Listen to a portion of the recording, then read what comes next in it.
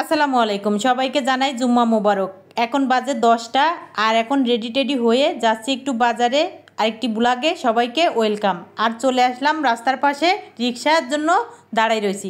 তারপর রিক্সায় উঠি, এই তো বাজারে আসলাম। আর এখান থেকে আমি কিছু পেঁয়াজ, আলু, তারপরে রসুন, আদা কিনে নিয়ে আসলাম একটা মুরগির দোকানে। এখান থেকে একটা মুরগি কিনে নিয়ে তারপরে ছেলের খুব পছন্দের খাবার কুসুল, তাই এখান থেকে 2টা কুসুল কিনে নিয়ে তারপরে আসলাম একটা আমের দোকানে। আর এখান থেকে কিছু আম কিনে নিলাম, এবছরের শেষ আম, হয়তো আর আম কিনা হবে না। তারপরে চলে আসলাম বাসায়। আর এই যে দেখেন, দরজা খোলার সাথে সাথে আমার ছেলে সবগুলা ঘরে বই বই নিয়ে যাচ্ছিল। আমার ছেলেটা মাশাআল্লাহ অনেক ভালো, দেখেন তার খাওয়ার অবস্থা দেখেন। কুসুল খেতে যে কি পরিমাণ ভালোবাসে আমার ছেলে। এই কুসুল কি ধুইছো? কখন ধুইলা? ধুইছো? এই যে দেখেন। আর এই যে দেখেন বিল্লুটা তার কোলের ভিতরে কিভাবে বসে বসে দেখতেছে ওর খাওয়া। ওর একটু দে, ও একটু খাক।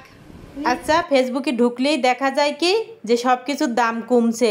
আলু 60 টাকা কেজি, পেঁয়াজ 120 টাকা কেজি, রসুন 200 টাকা কেজি। কোন জায়গায় কমলো বলেন তো? আমি তো এই জিনিসটা আজও পর্যন্ত খুঁজে পাইলাম না। যাই হোক, কথা বলতে বলতে এখানে সব কিছু আমি র্যাকের ভিতর ঢেলে তারপরে গুছিয়ে নিলাম। তারপরে এই যে আমগুলা বের করে নিচ্ছি। আর এবছরের শেষ আম বললামই তো। আর এই তো আমগুলা কিন্তু অনেক সুন্দর ছিল। তারপরে এখানে যে মুরগিটা আনছিলাম সেই মুরগিটা বের করে ধুয়ে নিচ্ছি, ধুয়ে কেটে নিলাম। কারণ আজকে শুক্রবার, রান্না করতে করতে আমার সবসময় দেরি হয়ে যায় যেদিন কি বাজারে যাই।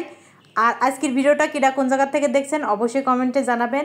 যদি ভালো লাগে তাহলে আমার পেজটাকে ফলো করবেন, আর যদি ইউটিউব থেকে দেখে থাকেন ইউটিউব চ্যানেলটাকে সাবস্ক্রাইব করবেন। এই তো এখানে আমি একটা ইলিশ মাছ বের করে ভিজে নিয়েছিলাম, সেটা কেটে নিলাম। তারপরে যে ভাত বসাই দিলাম, এখন একটু হলুদ মরিচ এই যে ইলিশ মাছের ভিতরে মাখিয়ে নিলাম। একটা কড়াই বসাই দিয়ে পরিমাণ মতন তেল, পেঁয়াজ কুচি, তারপরে হলুদের গুঁড়া, মরিচের গুঁড়া এটা দিয়ে একটু কষাই নেওয়ার পরে পরিমাণ মতন পানি দিয়ে দিলাম। এই তো এখন ছেলে যাবে নামাজ পড়ার জন্য, তাই সে রেডি হচ্ছিল আর আমি একটু ভিডিও করতেছিলাম আর ওর সাথে একটু দুষ্টামি করতেছিলাম।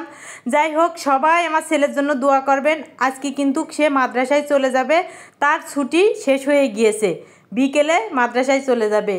তাই এখানে তাকে আল্লাহ হাফেজ করে দিয়ে তারপরে সে নামাজে গেল। আর এই তো আমি আসলাম চুলার পাশে। আর এই তো তরকারিটা কিন্তু একদম হয়ে গিয়েছে, এখন আমি নামিয়ে নিচ্ছি। তারপরে আর একটা কড়াই বসাই দিয়ে একটু তেল দিয়ে আলুগুলা ভেজে নিব।